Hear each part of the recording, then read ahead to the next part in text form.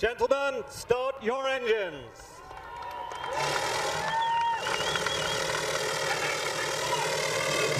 25 champ cars sit ready to go. Their drivers sit in the cockpit prepared for 210 miles.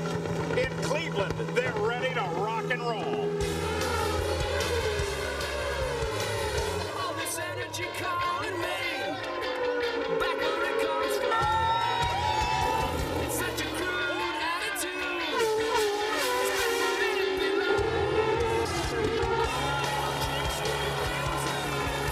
Cleveland rocks. Cleveland rocks.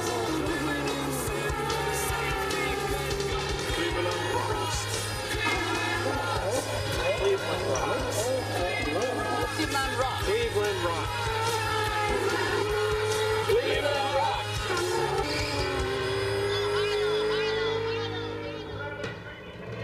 It's Cleveland, Ohio, the home of rock and roll. We're at the Burke Lakefront Airport as the CART FedEx Championship Series is ready to go racing in the Marconi Grand Prix of Cleveland. Hi and welcome you. I know I said an airport, don't shrug that off. This airport produces some of the best racing in this series. And this airport circuit is wide. It ranges from between 75 to 150 feet in width. That's over 3 times the width of a normal road course. It's produced some great wheel-to-wheel, side-by-side racing action in the past. The track is also very bumpy, and it'll take its toll on these drivers and equipment before the checkered flag flies. Let's get you right down to Gary Gerald. Paul, the great width of this airport layout always makes for one of the most anticipated starts anywhere in the championship circuit. At Cleveland, you never quite know what's going to happen going into turn 1. For the first time in his champ car career, Roberto Moreno, who is also the championship points leader, is going to be the man who dictates the pace and takes the field into turn 1. By 900ths of a second, he tops Gilles de Ferran, so the Penske team that's won 3 of the last 4 is right alongside in row number 1. It's gonna be good.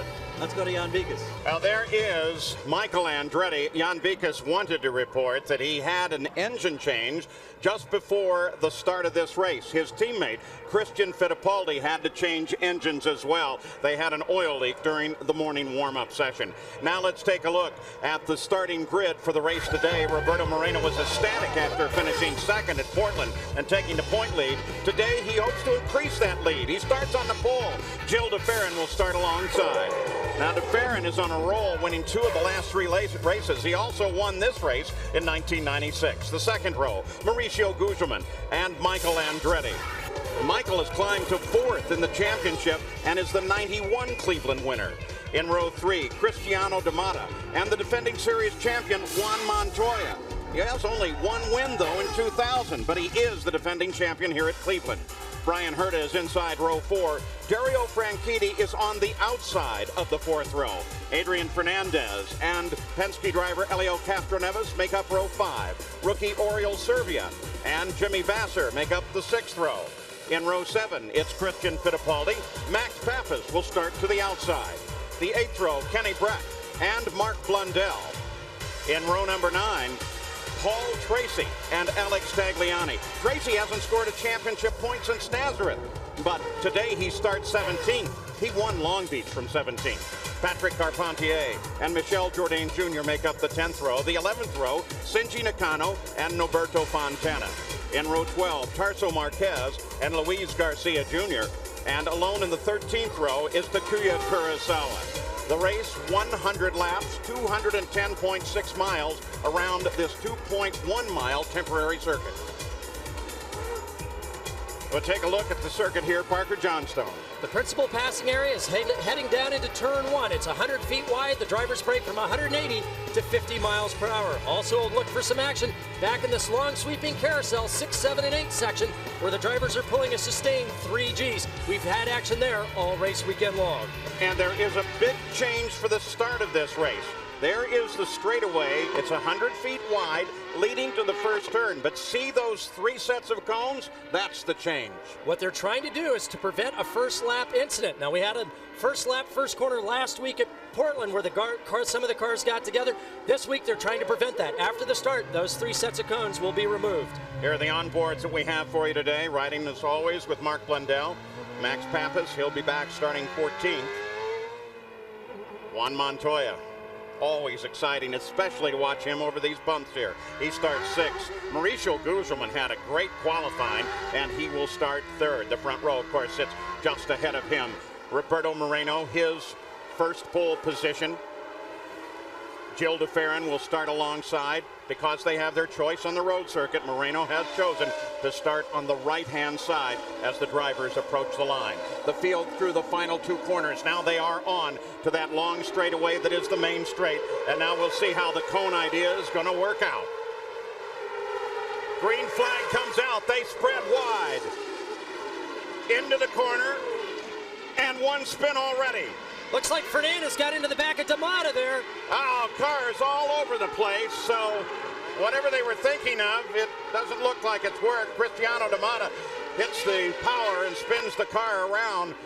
There is Tarso Marquez. It's Michel Jourdain Jr. Takuya Kurosawa.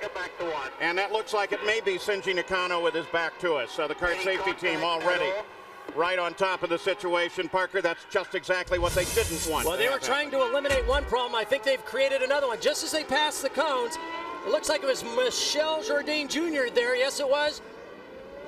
No, I think that was Adrian Fernandez. Ducked around the inside last cone, drove straight to the inside. Watch here as they come down in this area. Watch those cars. They drive straight for the inside. Now, Mauricio Guzman's going to have contact as they come around the inside apex. So we can see the hit there between, it looked like Dara Franchitti, Cristiano D'Amata. Fernandez gets through cleanly there, and he's away. Looking on board from Montoya. This should actually be ahead of a good deal of it, but he sees what's going on, says, I'm not going to have any part of that. Montoya just runs out of room going through that first corner and has to evade going to the grass.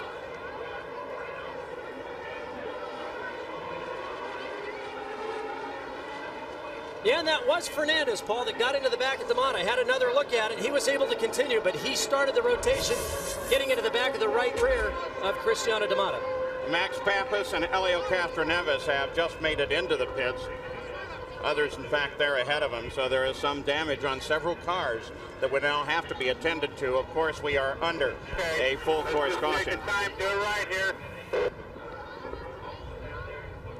It didn't touch us, it was a manhole. So the discussion with Max Pappas, Helio Castroneves, they're going to change the nose on that car, and hopefully with a big circuit here, everyone will have plenty of time to get repairs made. We'll be back. Welcome back to the Marconi Grand Prix of Cleveland. Paul Page, Parker Johnstone, Gary Gerald, and Jan Beekes are in the pits. We are under full course caution, and the reason for that is the very first turn. All of these cars were involved in an incident. Now, you see Shinji Nakano trying to limp back into the pits. A number of others have. And, Parker, you've had a better chance to look at it now. We had a number of different cars involved in a number of different incidents. One was Brian Herta coming down between Franchitti and, we'll see it here in just a moment as they get in. Watch it come down. You'll see in this area, watch Brian Herta try to get in between Franchitti and D'Amata. At the same time, Adrian Fernandez is coming down the inside. You saw the hit there.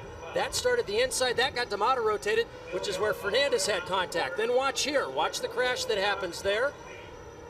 The contact that happens slightly there, once again, with the front of D'Amata's car. And then also the incident that happened here. So we had a number of different accidents happening simultaneously. We can give you the view, too, a little further back in the field from Max Pappas. He goes under the green flag. Max started back in 14th place, starts to go inside, says, oh, forget this, I'm just going to stay out here. And like Montoya says, the grass is the only place to go without encountering another car. We also have it. Now look at that, though. He misses everything else, and then he gets into one of the signs just laying on the ground. This is Mark Blundell, a little further back. Mark Blundell back in 16th, comes down the inside. That's D'Amata in front of him, just misses there, gets back on the throttle. Let's go to Gary Gerald. Helio Castroneves came in, Paul. They put a new nose and nose wing assembly on the car, gave him 4 sets of tires. He went out, reported the car had big oversteer. He's just brought it back into the pits, and they've shut down the engine. And he's getting out of the car. He is finished. We'll try to get a word with him in just a moment. Great disappointment for the guy who got his emotional first victory a few weeks ago at Detroit. Let's go to Jan. And Gary, for Max Pappas, we saw him get off the course and clip that debris. He has since been on pit road. They have changed the nose. It took 2 stops, but he did not lose the lap, and he has a brand new nose. Everything else should be okay for Pappas. And you know, actually, those that went off course were pretty lucky. Parker and I were both on the race course last night. There's been some heavy rain here on Thursday and Friday, and a lot of that is still very muddy. And the fact that they got back on the course, well, that was very lucky. We'll be back.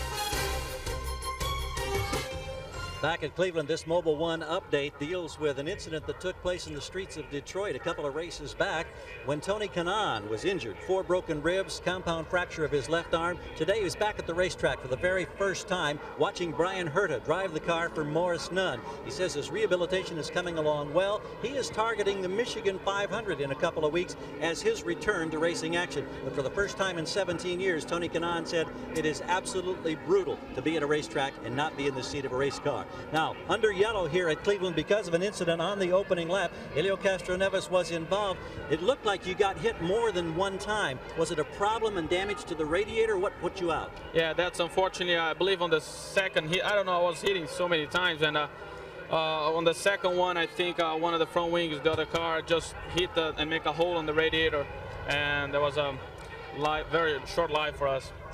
Is this business with the cones restricting somewhat the racetrack, good or bad, for the start of this race in your mind? I mean, they're saying we are professional drivers, so I don't see any problem to have no cones over there, because if we are professional guys, we know how to make the business.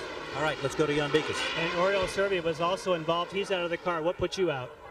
Well, I exactly don't know. A lot of things happened. I think we got there all together, and first they hit me from behind, and then I was trying to turn, still moving, and I saw Dario spun. I thought he was stopped, so I tried to turn, but he was still moving, and we touched, and then the race was over. And guys, I know we're getting ready to go green, but prior, he is not happy at all about those cones. Well, as a result of that, we're going to take a look at this. Norberto Fontana started almost all the way in the back of the field. Well, there was some impacts there that were a little harder than you could tell from the high camera. We're ready to go green once again. Castroneves, Servia, Jourdain Jr., Takuya Kurosawa, and Tarso Marquez are all out of competition. Roberto Moreno leads them toward the green flag. Single file now. And this time they get to use all 100 feet of racetrack. Those cones for the start have been picked up.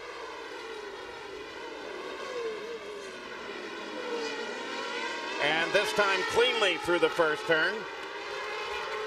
The field now begins acceleration, 175 feet wide. Look at Gilles de Ferran as he works on Mauricio Guzman. Grabs second. Great move there. Gilles came off the first corner with a little bit more speed, drafted up behind Mauricio, ducked inside. Very nice pass. A little further back, Michael Andretti now makes his move, almost loses it. Guzman comes back at him, but Michael Andretti holds on to it. So Michael Andretti comes up. And that's the beauty of this circuit. You can just get a flying run down the inside, and you've got plenty of room to make a pass. If it doesn't quite work out, chances are you can still recover and keep it on the racing surface. Remember, too, in Michael Andretti's car, that is a new engine. They had a problem during the warm-up this morning, and they changed engines for both Michael and for Christian Fittipaldi. On board, Mark Blundell, Kenny Brack just ahead. We've got lots of guys who got tied up in the back who are making their way quickly to the front. One of the most notable winners after that first course melee was Paul Tracy, who went from 17th to 6th position. We're going to keep track of D'Amata and some of the other guys at the back that are coming forward quickly. Adrian Fernandez gets around Guzman as well. Now you have to begin to wonder if there isn't something wrong with Mauricio Guzman's car. Paul Tracy right behind Guzman now, made some great moves on the start, moved up 11 positions. There the cars on the move, upper left-hand corner of your screen. Of course, a lot of that just a result of the accident and cars out. Though most of the cars that are out were further back in the field. Now what Paul wanted to do coming down this back straightaway is set him up coming through this very quick right-left chicane right here, and then outbrake him going into turn one. Paul's got it perfectly set up. See if he'll duck to the inside here. Very easily, Tracy takes over 5th from Mauricio Guzman. Jimmy Vasser is now closing on Mauricio Guzman. Need to think about field position when you can. Barry Green talking to Paul Tracy, telling him to back off the fuel if possible. Of course, that possibility, that's the hard part. You're in a race, you want to go as hard as you can. You really don't want to turn the fuel to a leaner setting, to a different mapping, because then you can't be quite as aggressive. Isn't that right, Jan? Yes, that is true, Paul. And one thing, I spoke with a lot of the crews. They said this race would be dictated by Bob. And they're talking about Roberto Moreno. They say if he got to the first turn first, as good as he is on fuel, everybody else would have to follow his strategy and try and save fuel. They said if we beat Bob to the first corner, there'll be a different story. But right now, he's streaking away. Bob's very definitely in the driver's seat. Just remember back, those of you that joined us just a week ago at Portland, he was able to stretch a good 2.5, 3 laps easily beyond the rest of the field before he had to refuel. Gary Gerald. We also talked with Ed Nathman, of course, who heads up this Patrick team here, and Roberto Moreno about this fuel consumption business coming in. And he said one of the things that you have to remember is that on many street circuits or temporary circuits, the leader can dictate how things go. But here with the wide open spaces, it's not easy to control a race. That led me to believe that rather than try to conserve fuel, they may have Roberto just run for it, make it a 2 stops and a splash for a 3rd stop later on. We'll see how that all unfolds. On board Mark Blundell. He sits 12th. There comes Tracy and the remainder of the field. For Roberto Moreno, his first pole, but the 5th race that Roberto has led this year. Got a good glimpse of Dario Franchitti as well. Franchitti, with that incident, dropped back to 13th place. Montoya now on the move up to 9th. The defending race and series champion, car number 1. You can see Franchitti hounding the back of Blundell there as Blundell is trying to get the attention of Alex Tagliani just in front of him, bobbing to the right and to the left, trying to disrupt his concentration. That blue and white car of Tagliani. He's a rookie this year over as a champion out of the Toyota Atlantic Series. He's had a chance to win 2 different races. He's incredibly fast. Montoya. Hunting Christian Fittipaldi here. Going to want to try to do the same thing that Tracy did a little earlier. Get a good run down this straightaway where they're just at 180 miles an hour, the fastest point on the circuit. Get a good run out of the chicane, just over 110 miles an hour here. Get up right behind him, drafting down to the last possible moment, then pop out and try to outbrake him. But he's not going to do it. Christian Fittipaldi very late, very hard on the brakes. Moreno still the leader. The field begins to stretch out. Mauricio Guzman, whatever it might have been that caused him to fall backwards, and there goes the move. As Franchitti now around Blundell. Mauricio Guzman fell backwards from 3rd position all the way back to 6th. Well, you talk about smoking the brakes, and Blundell is going to go off course and hopefully get a turn before. Nope.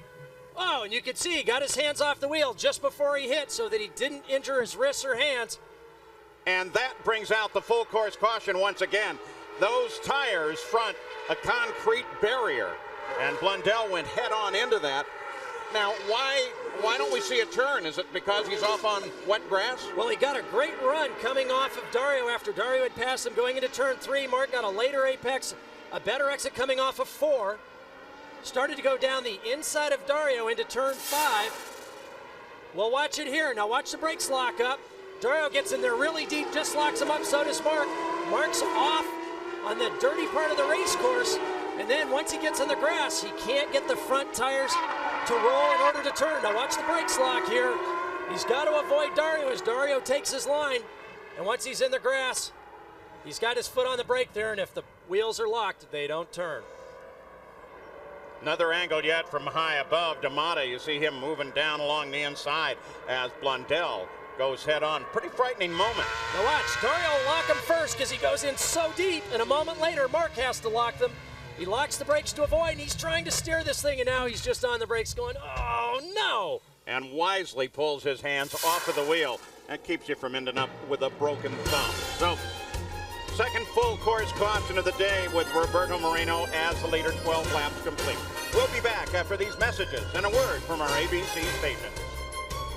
Back at Cleveland, the Marconi Grand Prix, and we've just taken the green flag once again as Roberto Moreno led the field into turn one. DeFerrin's right behind him. Michael Andretti and DeFerrin both working as hard as they can, but already Moreno begins to stretch out a lead. Believe it or not, in the time we were away, Mark Blundell was into the pits, had repairs, and is back into the competition.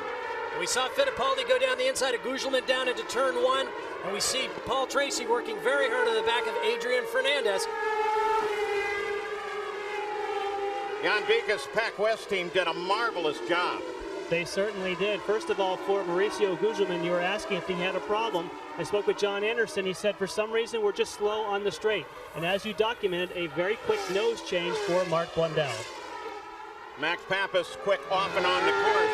He was in the pits during that yellow. So was Shinji Nakano, Brian Herta, and Jimmy Vasser. They all made pit stops on the 13th lap.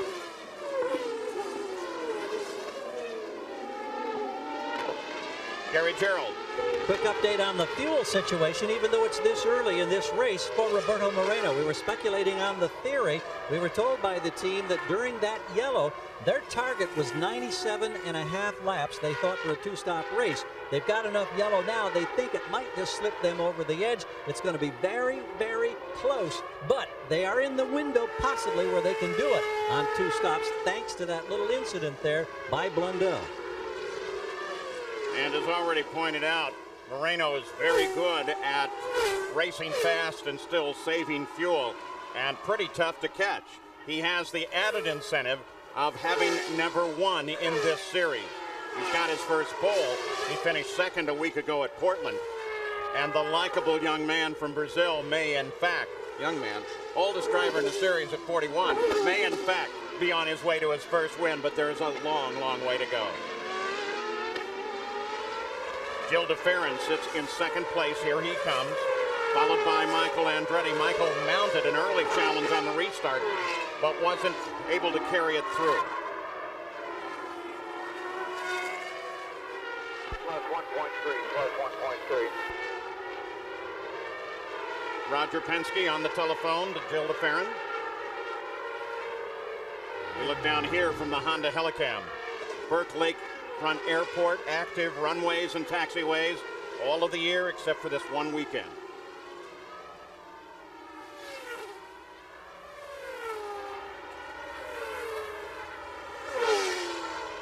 A little right then left flick brings them back on to the front stretch. They pass in front of the pits. There's Montoya. He's seventh, slowly trying to work his way up. And Paul Tracy with Christian Fittipaldi right behind him. Tracy started 17th, now 5th.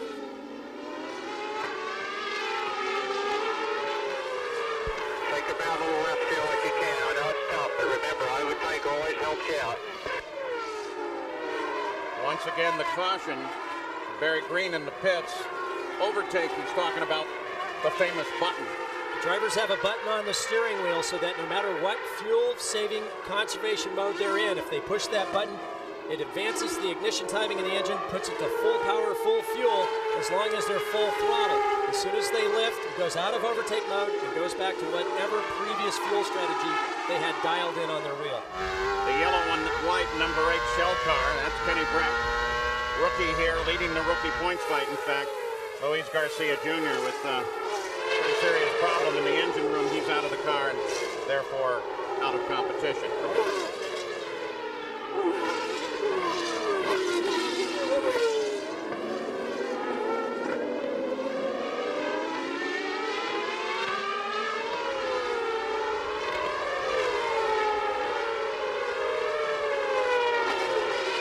Tracy's still trying to work his way forward.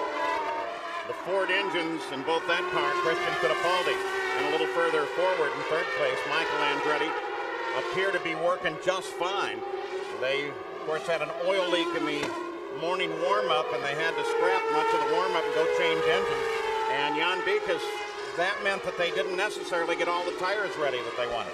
No, that is true, Paul, but I believe that they've been able to go back to some tires that they used in practice so they don't have to put brand new sticker tires on during the race. The specific cause of the oil leak, according to Ford Cosworth, is that there is a seal in the oil pump itself that is leaking. They're not sure what's causing it, but they changed both the engines for those cars, as you said, and they were very worried those first couple laps because, again, they don't know what caused it. Well, there's no indication that they would be having that problem now, but then again, we might not be able to see such a thing. I think the first way it would appear to us if some of that oil began to spray at the back of the car and create a little fume of vapor, or if it would get off onto the hot exhaust pipes and we'd see a little smoke. Well, the other thing that I'm sure we'll see in the final stages of this race is this track is so bumpy that it puts a premium on gearboxes, half shafts, engines, anything bolted to the car that can be rattled or shaken loose. Usually with 10-15 laps to go, there's usually a dramatic change in the complexion of this race as mechanical parts start to shed off these cars. You can actually see how rough this course is. Of course, that's exactly what everybody expects when they come here. It is, after all, an airport. Parker drove around it quite a bit, and pretty amazing how bumpy it is. It's hard to believe that cars are going over this at 150, 160, 70, 180 miles an hour. Well, last night when you and I drove around the circuit a few times, if you can feel the big bumps we did in our rental car, imagine how bumpy it is in these very stiffly sprung, very low cars. The drivers come away from this weekend with bruised heels, bruised backs, bruised elbows from the pounding they take during the 100 laps they race here. We were talking about Kenny Breck as we look for this man, Cristiano D'Amata, who was part of that tangle on the very first lap with Franchitti right behind him and working. Franchitti also involved in that. But Kenny Breck has had a pretty expensive year for car owners Bobby Rahal and Dave Letterman. Seems like almost every race he's had some contact with a wall, including here. But when you're talking suspension parts and pieces of carbon fiber, it gets pretty expensive pretty quick. And I talked to their team manager, Scott Remke, and he told me, he said, well, at least when Kenny's gone off, he's one of the quickest in the session going for the pole, or at least at the front of the race. So they say for now, that's acceptable, but at some point it's got to change. I'll tell you what, as we watch Breck try to move on Mauricio Guzman, he doesn't seem to recognize that the walls are there at all. If that track is 45 feet wide, he's going out 44 feet 11 inches up to the wall. We're watching Mauricio Guzman, Kenny Breck, Gary Gerald.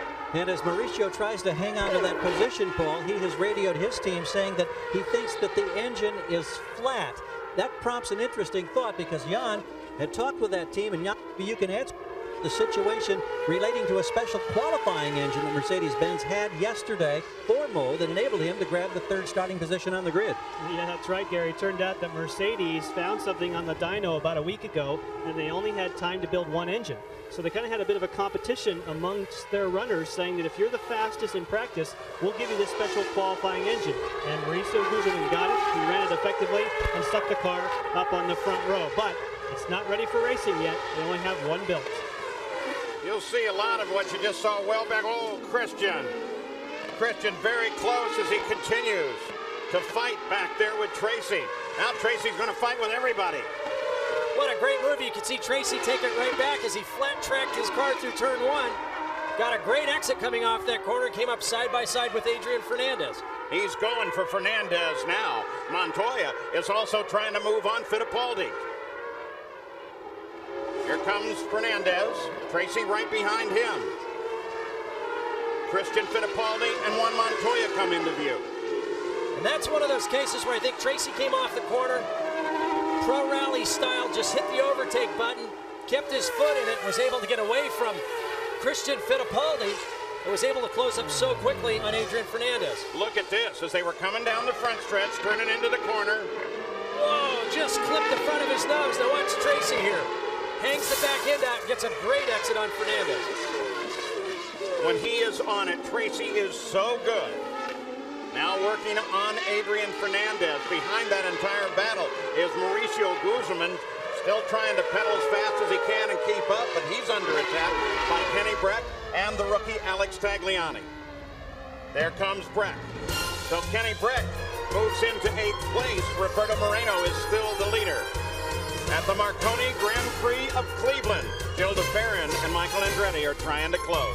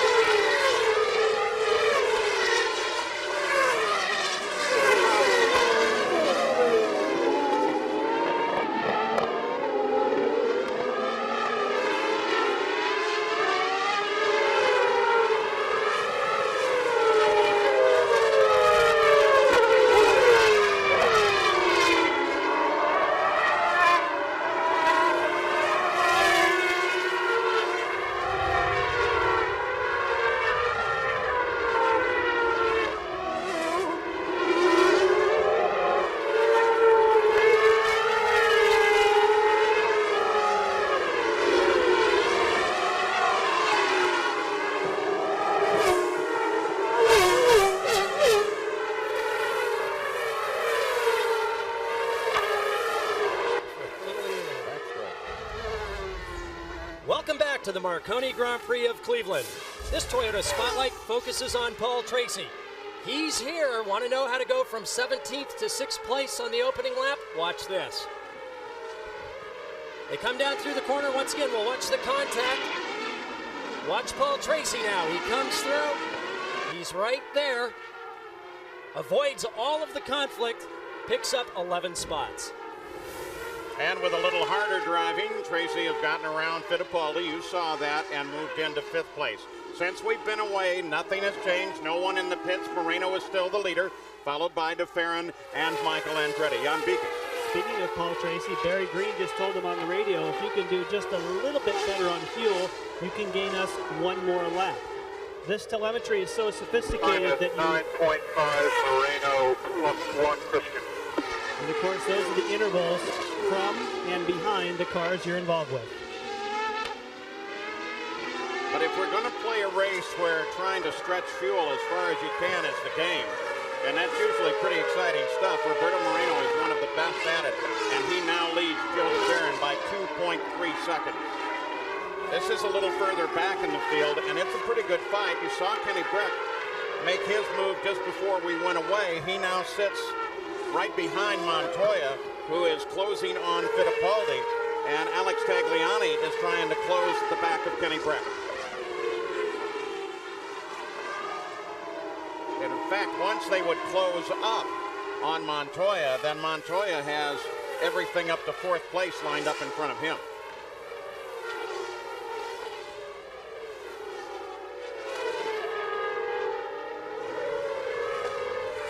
Interval, you saw 1st and 2nd come through, then 3rd place Michael. Here comes that battle.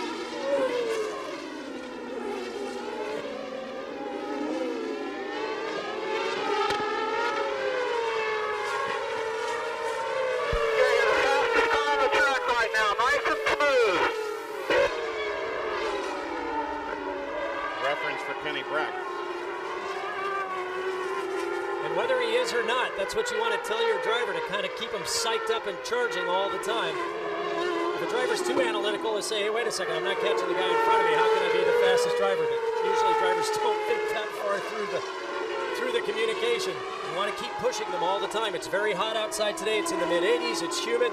Cockpit temperatures in the 130, 135 degree range. And the bumps put a real strain on the conditioning of the driver. But of course you, whose nickname is Post Hole, you were never bothered by the heat, by the humidity. You drove steadfastly through, didn't you, Parker? Well, I tell you, for drivers that train as hard as these guys do, they actually wish for difficult conditions, because if they've got a very good training regimen, they're hoping that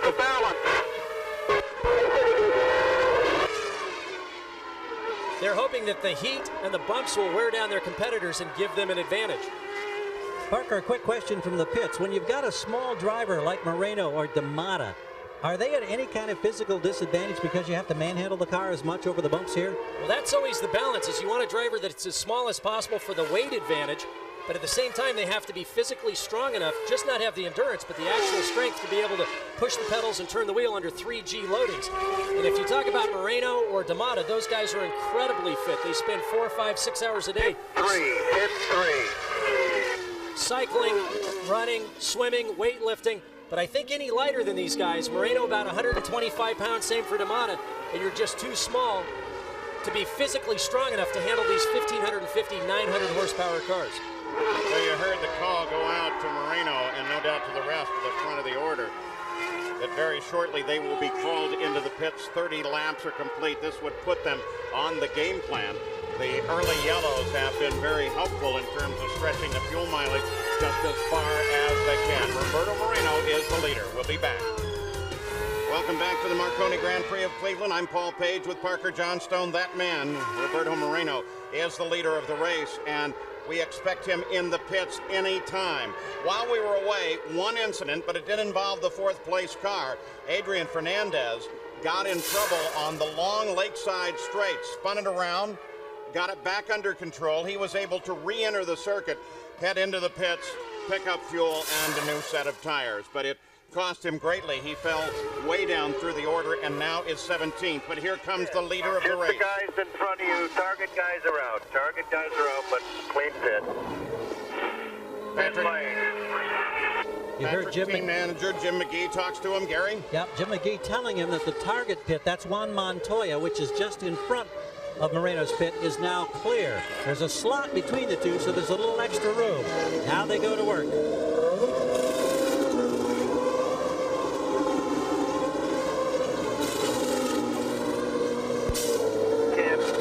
Got the helmet cam on Mark Schomburger right front, waving him out. 12 seconds on the stop.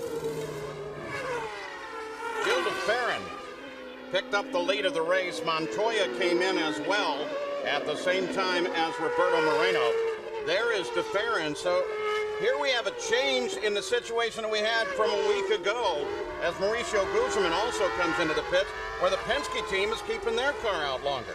Very different strategy. Usually Moreno and Fernandez, the two Pat Patrick drivers, can get mileage beyond anybody else in the paddock. But here's DeFerrin staying out for yet another lap. So he, in the previous lap, Michael Andretti stayed out. But now they're coming in. But DeFerrin now getting great mileage, trying to make this a two-stop race. Go around Michael's guys.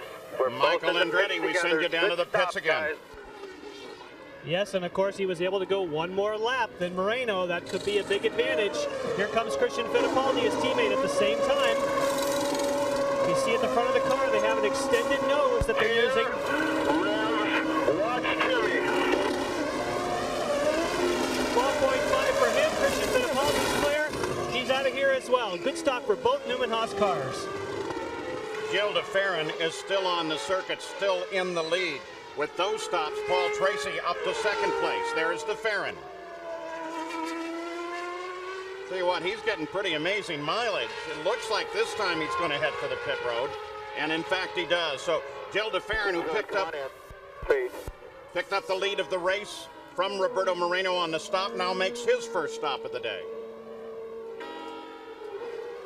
Good job here. 6, 5, 4, 3, Penske with the instructions. It's like landing here at an airport. They've adjusted the tire pressures for DeFerrin. We're anticipating one turn on front wing. Haven't seen it yet up front. There'll be no wing change up front. He's rolling, Jan. Paul Tracy has just left. Dario Franchitti is getting his service. He's got the tires waiting for fuel. Another quick stop, 12.5 for Franchitti. Boy, a lot of good stops down here today. And with those stops, Jimmy Vasser picks up the lead of the race. Brian Herta moves into second place. We've talked about the engine battle all year long. We saw the Fords come in first, the Honda second. Now Jimmy Vasser with Toyota power is staying out, but followed behind him is Brian Herta with a Mercedes. So at this point, the Toyota Mercedes power plant being run a little bit more conservatively, getting a little better mileage. This will be advantageous if this race continues to go green. That means that they'll be able to stay out longer, which means that they can run harder before they have to come in for the final stop. Of course, we do have to remember both of those cars actually pitted on the 13th lap. So they are out of sequence with the rest of the field, but that doesn't change the argument relative to how far they can, in fact, go and how many stops they make within the race. Vasser, Herta, they should lead for another 10, 12 laps at least before they have to head in. At this point, they've got to get at least 33, 34 laps. These guys are out of sequence, so they're going to be hoping for a yellow sometime before the race is over. Road course rules apply here. A quick off of the course back on, like you saw with Adrian Fernandez. That necessitates only a yellow flag displayed at the corner station, manned by the volunteer workers, primarily from the Sports Car Club of America. And then as soon as he's back running properly, they drop the flag. If it's more severe than that, like Mark Blundell or like the first lap, then they display yellow flags all around the course and they bring the pace car out and slow the field down so the safety workers can do their job and turn the race course back into a safe condition and clear off any of the drivers and wreckage that may in fact be a problem. Here is Roberto Moreno coming right at you. He is third place. Now, he is behind Vasser and Herta. We just told you that they are probably 10, 12 laps away from a stop, and so Moreno will pick up the lead of the race. The interval that's going to be important is that one right there. The distance from Roberto Moreno back to Gil DeFerrin. There's Michael. Michael's a little further down. He sits currently 8th.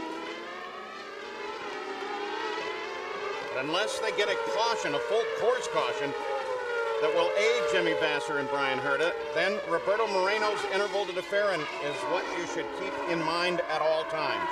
We'll take you back to the pits again. Yes, Paul, as far as the target team goes, they have split their pits this week. They have also split the way they run their cars. For Juan Montoya, he has that nose extension on the car that you may have seen during Michael Andretti's pit stop. The Lolas are using it so they run a longer wheelbase so the car is more stable over the bumps and has more weight on the rear of the car.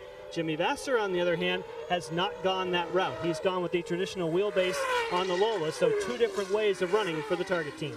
And the problem is the longer wheelbase does give you more stability over the bumps, but that means that it's slower to transition from left to right or right to left. So they're sacrificing a faster turning or reacting car for a little bit more stability over the bumps. You saw Jimmy Vasser's car. Now, as he comes around, here is Montoya's car. You can see right there, look at that nose extension. There's a flat plane before it downslopes to the tip of the nose. That allows them to slope the rear suspension forward and extend the front wheels, extending the overall wheelbase. Montoya is working on Kenny Breck. That is a battle for 10th place. Still Vasser and Herta at the front, separated by 2 seconds.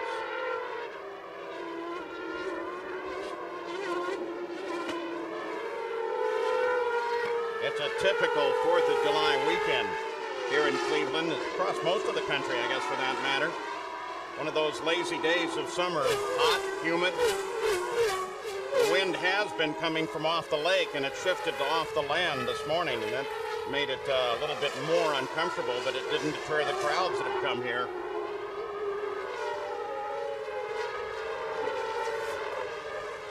Here's Norberto Fontana driving for John Della Penna.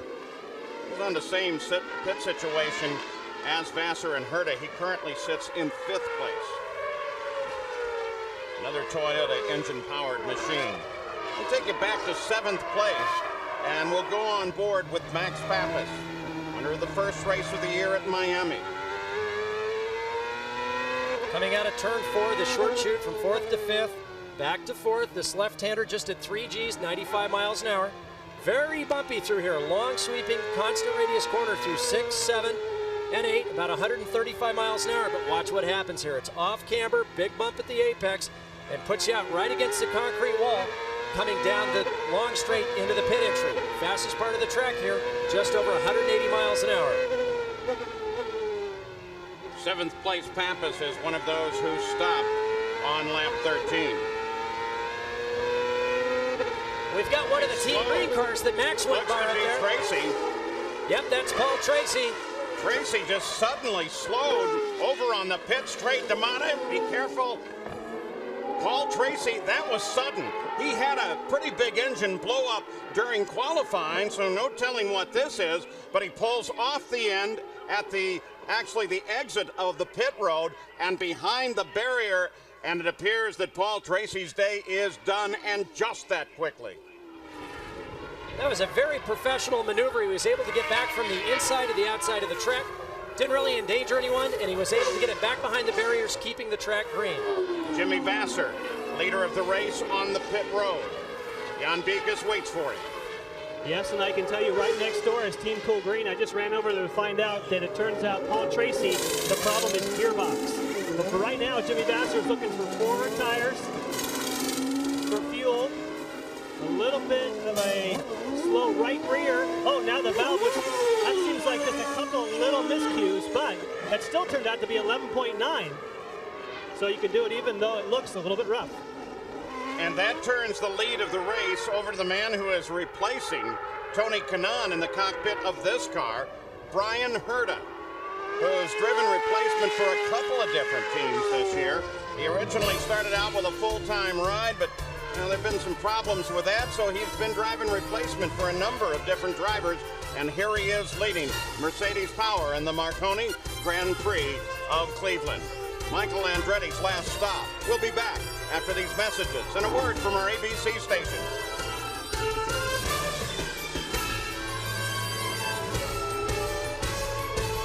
Welcome back to the Burke Lakefront Airport in the Marconi Grand Prix of Cleveland. There is the leader, Roberto Moreno.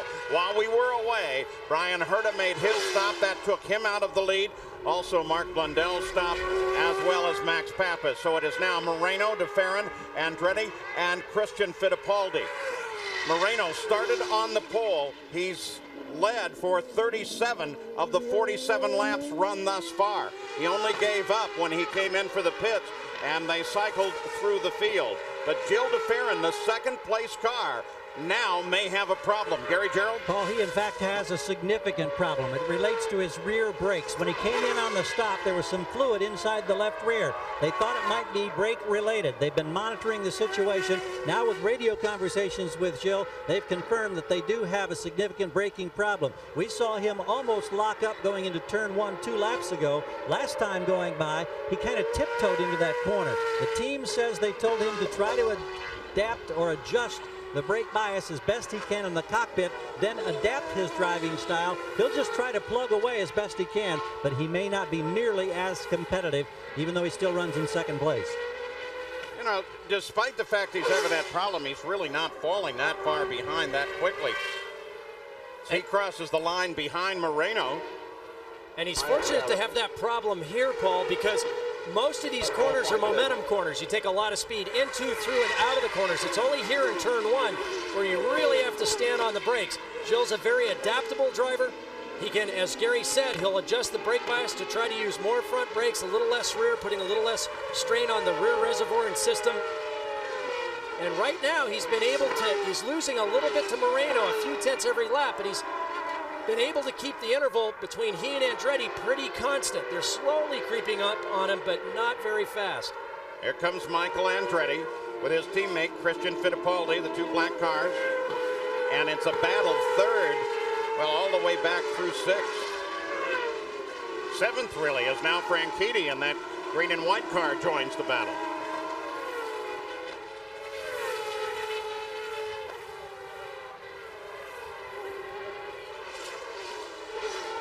Michael with Fittipaldi working on him.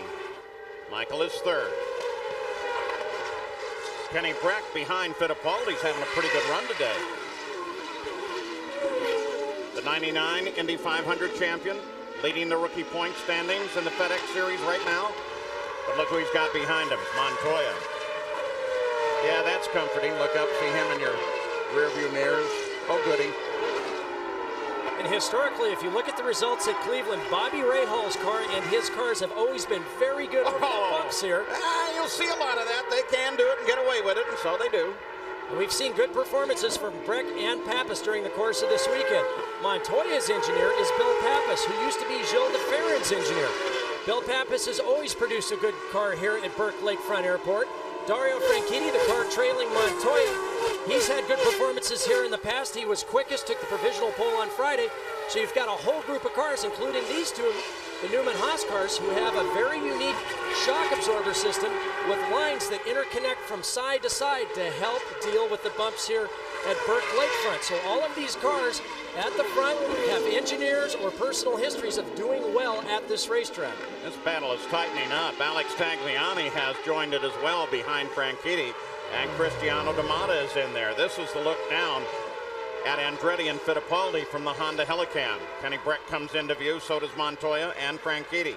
They're going third all the way back to ninth with that battle. And as we approach the halfway point here, this is where we start to see mechanical problems. Remember, they've only been on 2 temporary courses this year at Long Beach and Detroit. You saw some gearbox, some half-shaft failures there. This place is far bumpier than any other circuit. And I would expect from here on in, we'll see cars periodically dropping out with mechanical problems. You're looking at 2 teammates, Michael Andretti and Christian Fittipaldi. Upper left, we'll show you the rest of the teams and who drives for each of those teams. Of course, Moreno is the leader. Driving for Pat Patrick, Adrian Fernandez drives with him. Fernandez currently 13th. Max Pappas suddenly slows. He drives off. That's a safe area that he can drive off. Max, park in the safe spot. Thanks for doing your best today. Series guys. Back up. Series sponsor FedEx has neatly parked one of their 727s off there. Hope Max gets it stopped before they get there. Looks like Max is just going to load up and go to Toronto from here. Just park here in the shade. I like it. Max Pappas, I'll tell you what, that man does have a flair. Jan Vikas? Yes, and it seems like it's the exact same problem that happened to Paul Tracy. Gearbox related. That's what put Max Pappas out of this one. Oh, Parker, you predicted gearboxes, half shafts, constant velocity joints. It looks like it's coming to pass, and when it happens very quickly. Roberto Moreno is still the leader. Second place, Gilles de Ferran. Michael Andretti all the way back through 9th place. Cristiano D'Amata continue to battle. Moreno looks for his first win. We'll be back. Our Mobile One sports update from Cleveland pertains to this running, of course, of this great event. Now in its 18th year, and out in front, Roberto Moreno looking for his first Champ Car victory. Gilles de Ferran's brake problems have been compounded. He has lost the position, it appears. We'll update that in just a couple of moments. Looking to the future of this series, there's a race coming up this fall on the Gold Coast of Australia at Surfers Paradise, and there's a young man from the Indy Lights who's hoping to step up. His name is Jason Bright. He's from Australia, from the Gold Coast. He got his first Indy Lights victory in the most recent event on the streets of Belle Isle at Detroit. Consequently, he's now just 2 points behind New Zealand's Scott Dixon in the battle for the Indy Lights Championship. And Jason, who is watching the action anxiously here, is awaiting his chance to get into a Champ Car. It'll come at Surfers Paradise Down Under this fall. Paul? He's watching a pretty good fight. Michael Andretti, you saw, got around. Gilles de Ferran picked up second place. Now his teammate, Christian Fittipaldi, gets around. It didn't take much. Alex Tagliani was making a move there. It did not work for him. He is still right behind Franchitti, and just behind him is Cristiano D'Amata. Kenny Breck goes down the inside of de Ferran. All the teams have now radioed their drivers that de Ferran has brake problems. De Ferran's trying to come back here. And I tell you, that just sets a driver up to attack. If they can detect any weakness. Whoa! Franchitti gets really wide there. Coming off the third corner. Tagliani trying to rattle his cage, looking to both sides. Tag's right there on top of Franchitti. Montoya starts to work DeFerrin. DeFerrin's tried to defend where he can. Look at D'Amata. D'Amata's going to move on Tagliani. D'Amata comes around Tagliani. D'Amata to 8th place. Great move by Cristiano. While Tag was trying to attack Dario, he took advantage of the situation, maintained his momentum through that high-speed sweeping carousel of 6, 7, and 8. Remember, D'Amata qualified 5th, the best of the year. He was all the way back to 17th after the first lap incident, and has now worked his way back up to 8th. D'Amata, Calwell's PPI car as Montoya overhauls DeFerrin. DeFerrin very wisely, as soon as he sees a car making the move like there, then he clears the course and lets him come through. But wait a minute, what's this? He came back pretty hard. He's found a new line where he doesn't have to rely on those brakes quite as much. Well, he's not dead yet, Paul. He's going to keep fighting. Joe was able to keep the group behind him for quite a while, but eventually they were able to overhaul him. And once one driver gets by, then the following drivers are doing everything possible to take advantage of the situation. But DeFerrin's going to fight as hard as he can, pick up as many points as he can to try to stay in the championship fight. And you talk about a sportsman. I mean, he knows that turn 1 is a hard-braking turn. He gave him plenty of room there. But then when he got out into the open where he knows he still can perform, he got right back into the fight. Altered his line slightly so he could take advantage of it. Roger Penske, car owner on DeFerrin. Keep in mind, like I said before, most of these corners require just a brush of the brake or a little harder braking, but not the sort of intense braking that's required right here. This is where Dario will try to get it done. And without any problem. But watch as they come off of this corner. D'Amata may in fact get him as well, but I doubt it because now DeFerrin makes the car work. Alters the line and almost gets him back.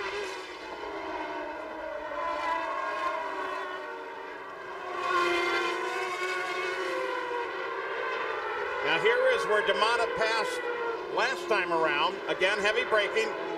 You can see DeFerrin locking the fronts there. He's put as much bias to the front as he can get away with. Takes away considerable amount of braking power. They have an adjustable knob in the cockpit. He just twists it towards the front. But where he needs hard braking, it's really going to hurt him. Whoa, big smoke from Christian Fittipaldi. Oh, enormous smoke. And I don't know if that's when he bottomed, whether it was the engine or whether it was brake. No, it's more serious. He's heading off the course as Breck and everybody comes along. So it was something back in the engine compartment. Let's see if he can get it pulled off so that we don't have to go full course yellow. He's going to try to run it right through turn 1. There it is. But no, he turns to continue. Very surprising. Well, he's kind of trapped there. He really couldn't pull it off course to the left with everybody closing on him. I thought he had a moment when Tag cleared to get across, but now he's gone down into the grass on the inside of turn 1. Just he's going to want to get to a fire station in case anything goes wrong at the back of that car. Well, he's going to pull up very close to the timing and scoring section out in the middle. I hope he doesn't start a 4th of July barbecue a little soon here and take timing and scoring with him. Grab the hot dogs and the marshmallows. We have a very expensive potential fire. So Roberto Moreno is the leader. Andretti, Christian Fittipaldi's teammate, is in 2nd place.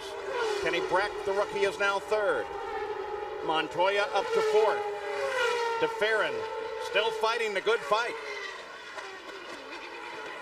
Gives way where he has to and races where he can. And you can see the difference right at the final end of braking where you're really standing on the brakes, where DeFerrin did a good job with a lot of aerodynamic load at the beginning of the braking area, but he just can't keep putting brakes on. As he loses the downforce, as the car slows down for the corner, Cristiano D'Amata just tucks neatly right to the inside. Jan Bikas, from our point of view, that sudden failure for Christian Fittipaldi was in fact that sudden. What did the team see? Well, I spoke with the Ford engineers, and they said from their data they lost water pressure. So they do not know if they split a radiator or something along those lines. They said the engine was still running when he shut it off, but obviously if you did have a split radiator, that would definitely end your day. Well, I will tell you this, ahead of that there was no indication, no steam showing or anything that might indicate a split radiator. And in fact, even when he rolled to a stop, there wasn't that much of a display. Well, Moreno has led 50 laps now. He's clinched that extra point for the most laps led, along with a point for taking the pole. We'll be back. Back at the Marconi Grand Prix of Cleveland, the Burke Lakefront Airport, you will see that Michael Andretti is now behind Kenny Breck. He was not there when we left you. And the reason that he's back there is going into turn 1. Mikey got in just a little bit of trouble, and Kenny Breck took advantage of it. Comes in, locks the rear brakes, the back end steps out on him. He's able to hang on to it. But Kenny Breck slides by the inside, and there's Montoya in pursuit. And Christian Fittipaldi, when you saw his out, he sprinted across the racetrack. Now he's with Gary. Christian, was this car good enough to win this race? Considering what was qualifying, that was really a nightmare for us, and we have been pretty good in all qualifying sessions this year. I would say it was running very, very strong in the race, and I was happy. I was maybe a little bit quicker at some stages than Mike was, but at that point of the race, there was no point in pushing, and I was just trying to save fuel and going with the flow. The officials were motioning you to not come across the racetrack. You ran across. You're probably going to get a fine for that, do you think? I don't know if I'm gonna get a fine, but when I stopped the car, I had to look at the last car, which was Fernandez going by, and there was at least about a 30-second gap between Fernandez and the other car. I have been doing this for a long time. I know pretty much when I have to cross the track and when I don't have to cross the track. Now, it's up to them. If they think it's more important to find drivers crossing the track than actually take care of racing, then it's up to them. Christian, Jan? Juan Montoya came in, Gary, while you were doing that interview. You might have heard it in the background. A 12.6-second stop. No apparent changes for him, just fuel and tires. Well, with all of that, Roberto Moreno, driving for Pat Patrick, remains the leader. Kenny Breck, with all of that, especially with Michael, comes up into second place. He drives for Dave Letterman and Bobby Rahal. Michael Andretti has fallen to third, and then Dario Franchitti, Cristiano D'Amata. What has been a pretty good fight, constantly at one another, not passing one another as much as you would expect, but they certainly have been there. We're expecting Moreno in the next couple laps, but Paul, these guys have really turned the wick up. Now, Cristiano D'Amata, the last few laps, has turned the quickest lap of the race, followed by Franchitti, Montoya, Breck. And that's sort of the top group, and they just keep pushing harder and harder and harder with every successive lap. Well, with 35 laps to go, what's the magic number to be able to make this final stop and make it a final stop? Well, I think you've got to go at least 33 or 34, which puts it over just 2 miles per gallon. So either you can have the strategy of pushing very hard and, damn the fuel mileage and just do a splash and go at the end, or you're going to stretch it and hope that the yellow doesn't come out at the wrong time. So this would be early. Kenny Breck out of second place into the pits. Set fuel. All it is fuel, Jan. Yes, that's right. That's all they have left to wait for. Go, go, go. Clear, clear, clear, clear. Speed limiter. 12.2 seconds. Just that little reminder to make sure you turn on that speed limiter before you leave the pit stall. Cristiano D'Amata makes his stop as well. Adrian Fernandez is in. Moreno stays out. This is the teammate to Fernandez. We got a problem. The problem here is Fernandez was creeping, trying to get the fuel out. They pulled it back. Now he stalled the engine. They've recocked. I don't know if they got fuel in to begin with. Well, they got to find a little shot in there. Now they refire the engine. And the problem is the clutches get very, very hot. If the driver selects first gear, when it's on the ground, oftentimes it'll just start creeping forward. And the driver's trying to operate the throttle, the brake, and keep the clutch in simultaneously here. As we look at that again, you can see it lurch there, Paul, as he put it in first gear and it just started creeping. Let's remember that this is the teammate to the leader of the race. You would sometimes presume that if there's a problem on one car within a team, that problem may in fact replicate itself with the other. Roberto Moreno leads, Andretti second, Franchitti now third. Gil DeFerrin still fighting him, he's fourth. And here is Roberto Moreno on the pit road. Gary Gerald waits for him. Nice and easy now, nice and easy. Jim McGee urging his man in. They were at about 12.5 seconds on the initial stop. Fuel flow gets a little bit slower on the second stop because it's gravity feed. Mark Schomburger right front, helmet cam.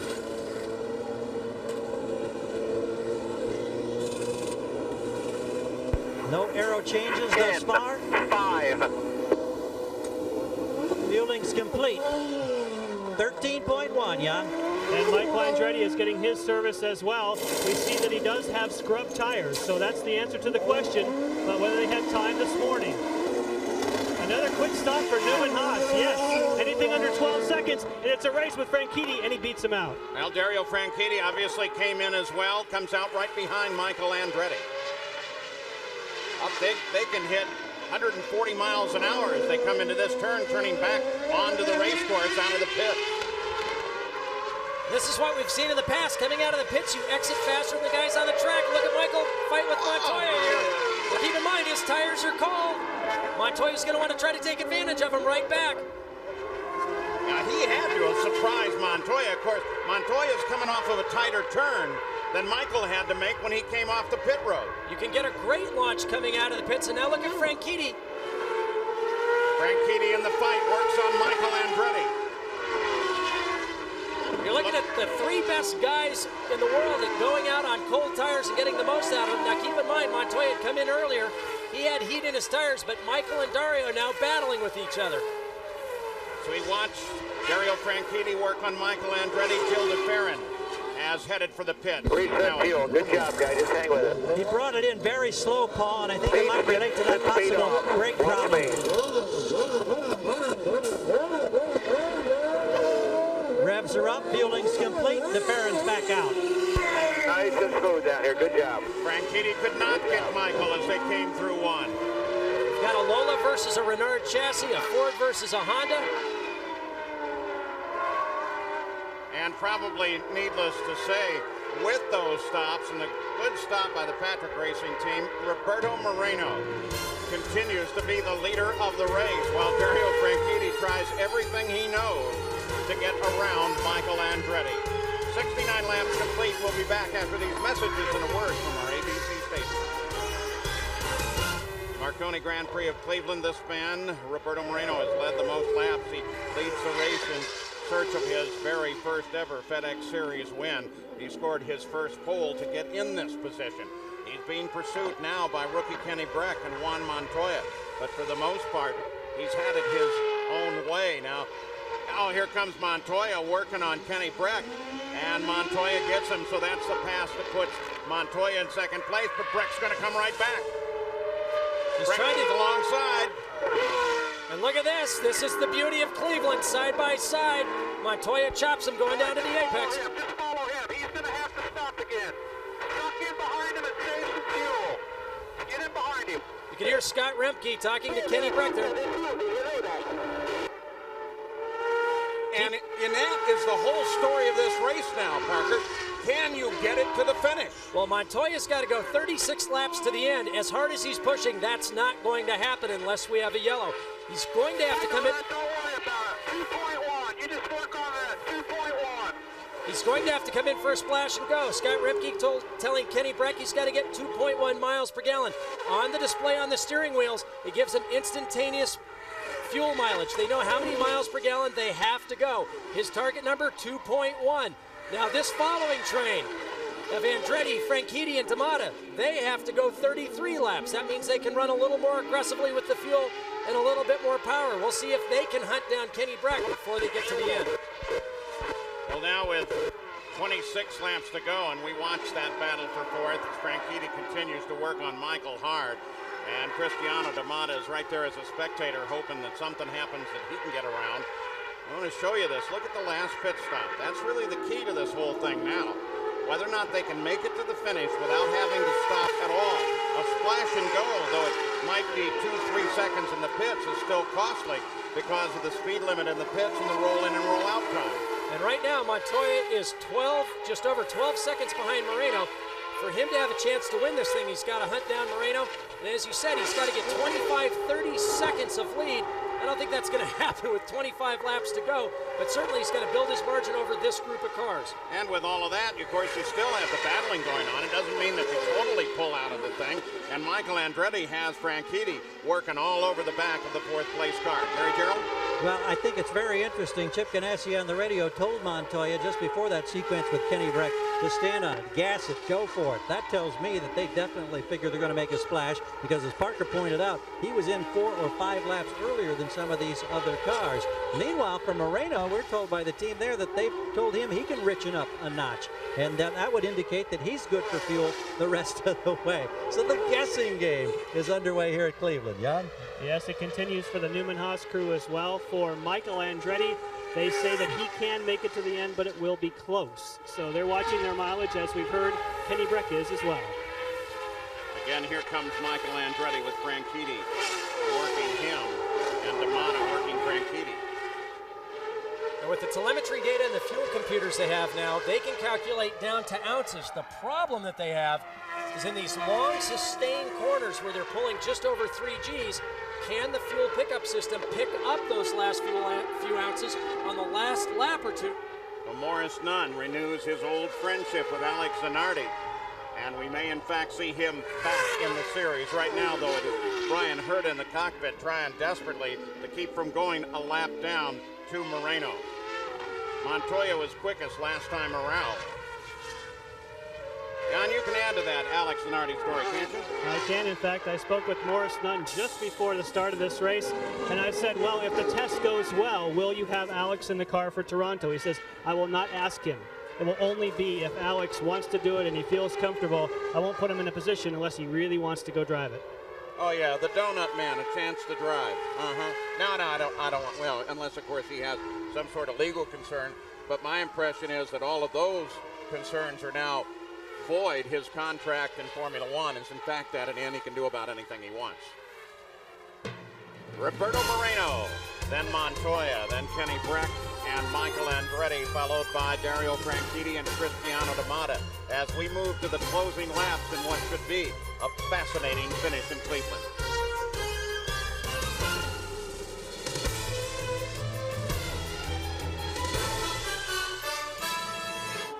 Welcome back to Cleveland. Alex Tagliani on the tow rope. He just rolled to a stop, but it did bring out a full course caution.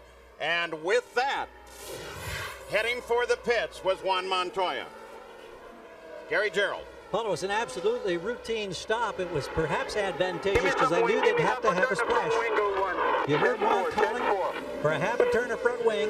He got the fuel he needed, no fresh tires, stayed on the ones he had, and was gone in about 7 1/3 seconds. Go, go, go! And after that, Chip Ganassi said you can go as fast as you can. Now, we showed you a graphic just before we showed you that pit stop that showed Kenny Breck as the leader of the race. We've had some pretty serious problems with kart timing and scoring. It's the system that generates those graphics into our system. And right now, that scoring it is showing Breck and Andretti as having one more lap than they actually have. Roberto Moreno is, in fact, the leader of the race. He is followed as the leader by Juan Montoya, then Kenny Breck, and Michael Andretti. We apologize for that misinformation. And now Roberto Moreno's got a big problem because with that splash and go, Montoya's got plenty of fuel to run full rich. Moreno obviously is going to turn up the wick on this restart. He's gotten a little bit of fuel in the bank on this yellow, but it's Montoya that has the advantage as we get into the closing laps of the race. In fact, even the drivers have been pretty vocal about getting the scoring system a little more functional because it confuses them most of all. They're the ones that absolutely need that information. You know, and looking at the running order on the track, I think right now our monitor's completely wrong. I think Moreno's in the lead. We've got Breck, Andretti, Franchitti, D'Amato. Tagliani is now out, even though he's still shown on the track. You can see there's Patrick Carpentier, but it's this man now who is down, I believe, in 7th position, not in 2nd position. There you go. With his stop, he dropped down to 7th. But the key is right there. Roberto Moreno. Not 22 to go. Can he hold on to score his first win for this man, Pat Patrick?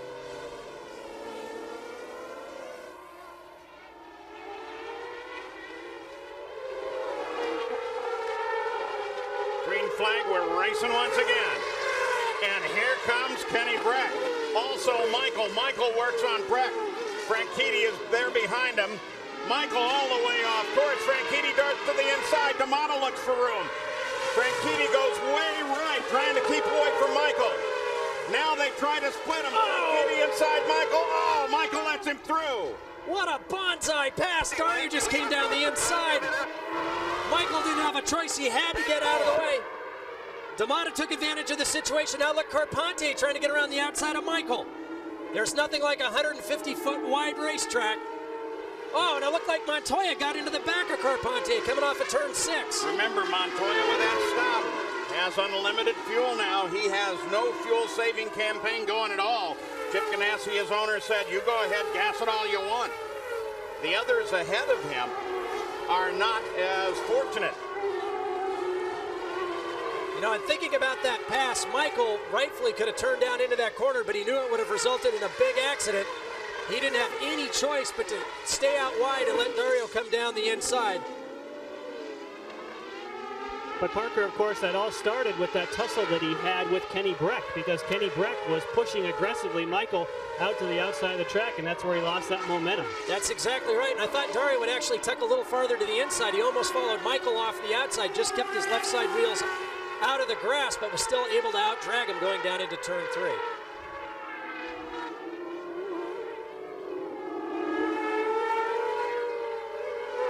Carpentier trying to work on Michael.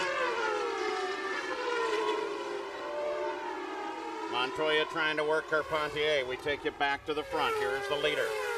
Second place, Kenny Breck. And now as we look through the quickest laps of the race, Montoya has turned 3 of the top 5 quickest laps, followed by D'Amata and Franchitti.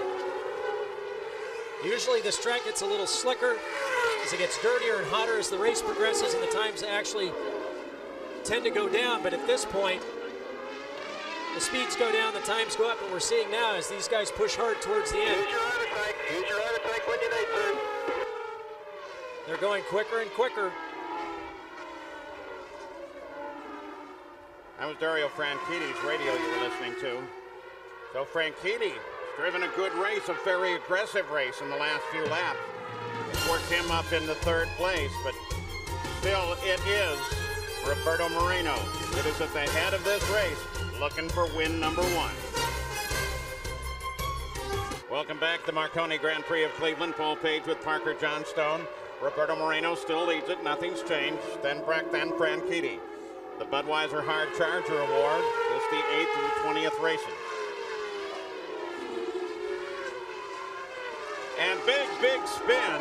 Mauricio Gugelmin has gone off. He was having a bit of a battle there. Got into turn 3, back in, started to come around, keeps it running. Mauricio was trying to make some moves, trying to get something working. And that was, the start of that was pretty quick and violent. Mauricio got it recovered. We're back to the front. He was having a battle with Gilles DeFerrin. Gilles, remember, suffering from a brake problem. Gilles trying to hold on.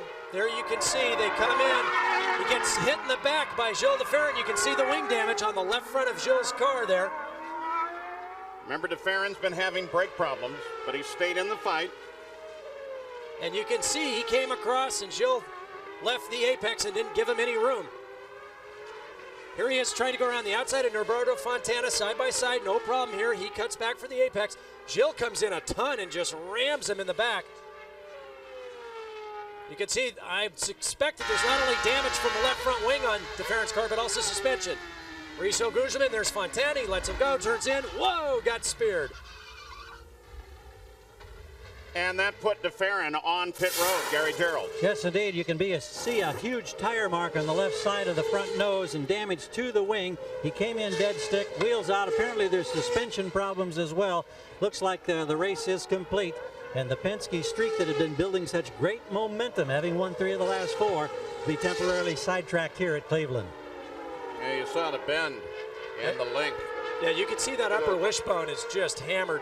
A big bow in it, his day's done. And Parker, we can just add a footnote. Apparently the contact related to the fact of that brake problem we've been talking about for the last hour in Gilles DeFerrin just couldn't get the car wound up and got into Gugelmin. As we suspected, back to the front of the field, Roberto Moreno, followed by Breck, Franchitti, and Cristiano D'Amata. Jan Bikas on Dario. Yeah, speaking of Dario Franchitti, remember that he has the Honda power plant, so he's got a lot of pressure here because they have a streak on temporary circuits of 16 victories in a row, and right now we've got 2 Fords at the front. So Honda's looking for number 15 and 16, or rather 17 in a row on temporary circuits. So a lot riding with Dario, and of course, he's very eager to get up in the championship as well. Last time Honda didn't win a temporary course was back with Mauricio Gugelmin's victory in 1997 at Vancouver. But it looks like this might be Ford's day. Keep in mind, Cristiano D'Amata with the Toyota power in 4th place, trying to hound Cristiano D'Amata to look for his first podium in the kart series. 9 laps complete for the leader of the race, Roberto Moreno, the pole sitter, the points leader coming into this event. Can he hold on? Ford, 1st and 2nd. Honda sits 3rd at the Marconi Grand Prix of Cleveland. Back at the Burke Lakefront Airport, Roberto Moreno, who just made that little right-hander, may be looking at his first ever career win in the FedEx Series. Cristiano D'Amata made a move on Franchitti, and that fight continues. Michael Andretti is right there as well. So with that one little change, that's been the only one we've seen, but here Michael wants to change it once again. He gets inside of Franchitti. Well, Dario's either got it leaned way back or he's got some sort of problem. He's got some sort of problem because where D'Amata passed him going into the chicane is a very unusual place to pass. We can see the smoke. He jumps all over the brake, gets way wide. Jan Bikas. Yes, prior to that, Paul, he had some handling difficulties. In fact, the crew had called him and said go full stiff on the rear anti-roll bar. So it appears it's not that he's running lean, he's got handling difficulties. Patrick Carpentier just got around Dario Franchitti. It had to be one of the two because you can see he's just very slow. Montoya gets him. Gary Gerald? Gilles Ferrin now out of the car. How tough was it to drive with the brake problem that you had to experience virtually the whole afternoon? Well, basically by myself, I could just about deal with it because I was just simply not braking and just banging down the gears. But whenever there was somebody around me, I simply couldn't do anything about it. And is that what happened with Gugelmin? Yeah, basically they were fighting for position. That they all stopped in front of me. And I'm pumping the brakes, and yeah, really a shame. We were just trying to get some points. It's a shame. It really happened very early on, right at the beginning of the race when I was following Moreno. Just pedal kept getting longer and longer and longer, and finally I had no brakes at all. Thank you, Joe. Thank you. 7 to go. Roberto Moreno continues to be the dominant driver in this race, looking for win number 1. I'm assuming with that fast little caution that fuel may have gone out of the picture. And I assume it has it now. I think everybody's good to go to the end. It's just a matter of how much they can turn it up. We've heard that Moreno's been told that he can crank it all the way up. We know certainly Montoya's got enough fuel to do that. It appears that Breck, Cristiano D'Amata, and Michael Andretti can also do it. We just don't know how hard and how much fuel they can use, but certainly they should all be able to make it to the checkered flag. You can easily see the interval. There is first place. Kenny Breck is chasing him. And historically, this has been the twilight zone time for Cleveland, where strange things happen in the last few laps of this race. Remember that all of these cars have been tortured on the circuit. The gearboxes, half shafts, constant velocity joints taking the brunt of the torture of constantly bouncing over bumps because, after all, this is firstly an airport. And Franchitti slows finally. Mate, I think you'll find Max parked down there too. Turn around, you just park over there and say hello to Max. Dario Franchitti, again one of those that tried to stay with it. But finally he pulls off course. Jan Bikas? Yes, and he called back and said it's gearbox related. So yes, he had handling difficulties, but in the end, it was the gearbox that's put him out. Well, and therein is the precaution. Because Roberto Moreno has been flawless to this point. But several times today, we've seen just suddenly a mechanical problem attack, and it's over. And it doesn't have to be the driveline. It can be the radiator hangers, the fittings, anything on the car. Even a very small part can cripple one of these cars, and they take a tremendous beating. Last night, walking through the paddock, though, in preparation for this event, the mechanics were fitting new uprights, suspension pieces, new gearbox, half shafts, everything new just for this afternoon. It's going to be awful tough to take this away from Roberto Moreno. Kenny Breck's going to try and do it. In fact, he inches a little forward on Roberto Moreno, but Moreno's waited so long, I wouldn't want to be the guy to have to try and pass him. Interval first to second. There it is on the pit straight. To go. Burke's getting a little close. Jim McGee talks to Roberto Moreno. And the reason he said that lap, Kenny picked up 1.8 seconds. It was 2.9. He cut it down to 1.1. You can see he's right in the picture now. Obviously filling the mirrors of Roberto Moreno with that yellow shell paint scheme. If you weren't with us at the beginning, you may not know that there will be a fairly large ceremony that will involve the shaving of a head down in the pit area if he would win this. Jan? Yes, that's right. We have a whole bunch of people on the Visteon crew very excited except for one. And that would be Bud Bivens, who has agreed with Roberto Moreno that if he wins this race, that this hair is gone. I think after this race, they're going to go back to the transporter and we'll see a bald guy next race. Better get the shaving cream out. Yeah, Curly Bud may be in trouble, but Kenny Breck's going to try and rescue him. Breck is still inching in on him. And Cristiano D'Amata's cutting the interval to Breck as well. This time across line, Kenny Breck, another 10th closer, just over a second. With D'Amata 9/10 behind Kenny Breck. Breck's second place is not safe either with D'Amata there.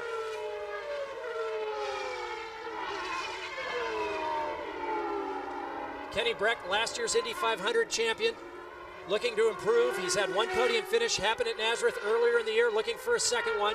He's been quick all year long, but just had a whole series of things go wrong that's kept him out of victory lane. And D'Amata, with his best qualifying of the year in 5th, fell back to 17th, remember, has now worked his way back up into 3rd spot, looking for his first kart podium finish. 15 years, 2 days ago. 15 years and 2 days. Roberto Moreno made his first start in kart. Now, 70 races later, he's looking at the possibility of his very first win. He pulled out 2/10 of a second on that lap. He's extended to 1.2. Cristiano D'Amata, though, right behind Kenny Breck, only 6/10 back. You saw Cristiano D'Amata close a bit on Kenny Breck. If they finish this way, Moreno, Breck, D'Amata, it will be the best career finish for all three.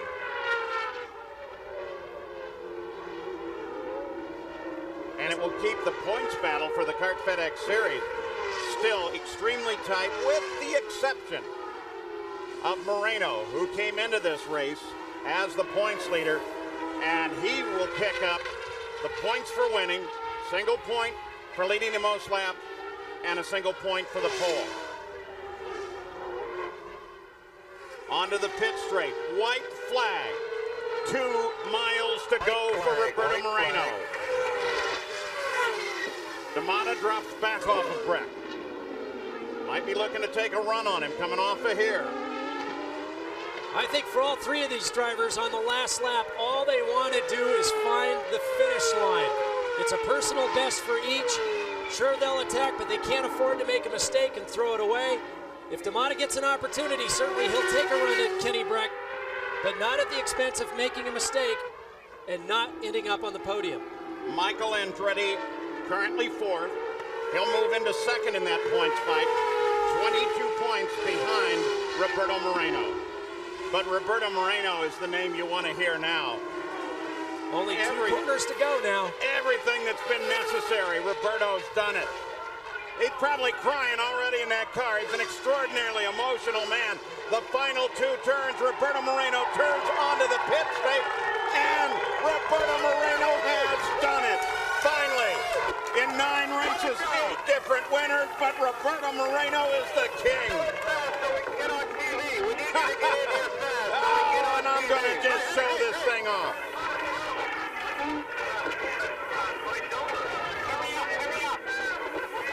We have asked him to try. So get in here as quick as you can. Yeah, that's true. We want to talk to him. We've asked him to get around because we're running out of time here. But Roberto Moreno, 3rd first-time winner this year. Celebrate, Bobby!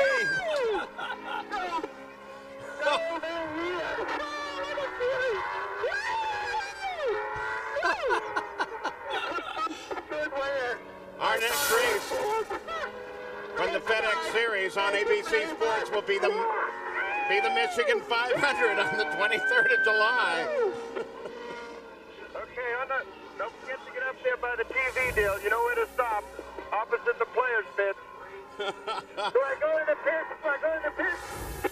Well, no, when you're... you stop at the players' pit. About halfway down. And we'll have coverage the Molson Indy in 2 weeks. And there's the planned programming for that weekend. New winner, you have no idea where you're going. I'm in the pit lane about halfway down. Look for Gary Gerald, Roberto.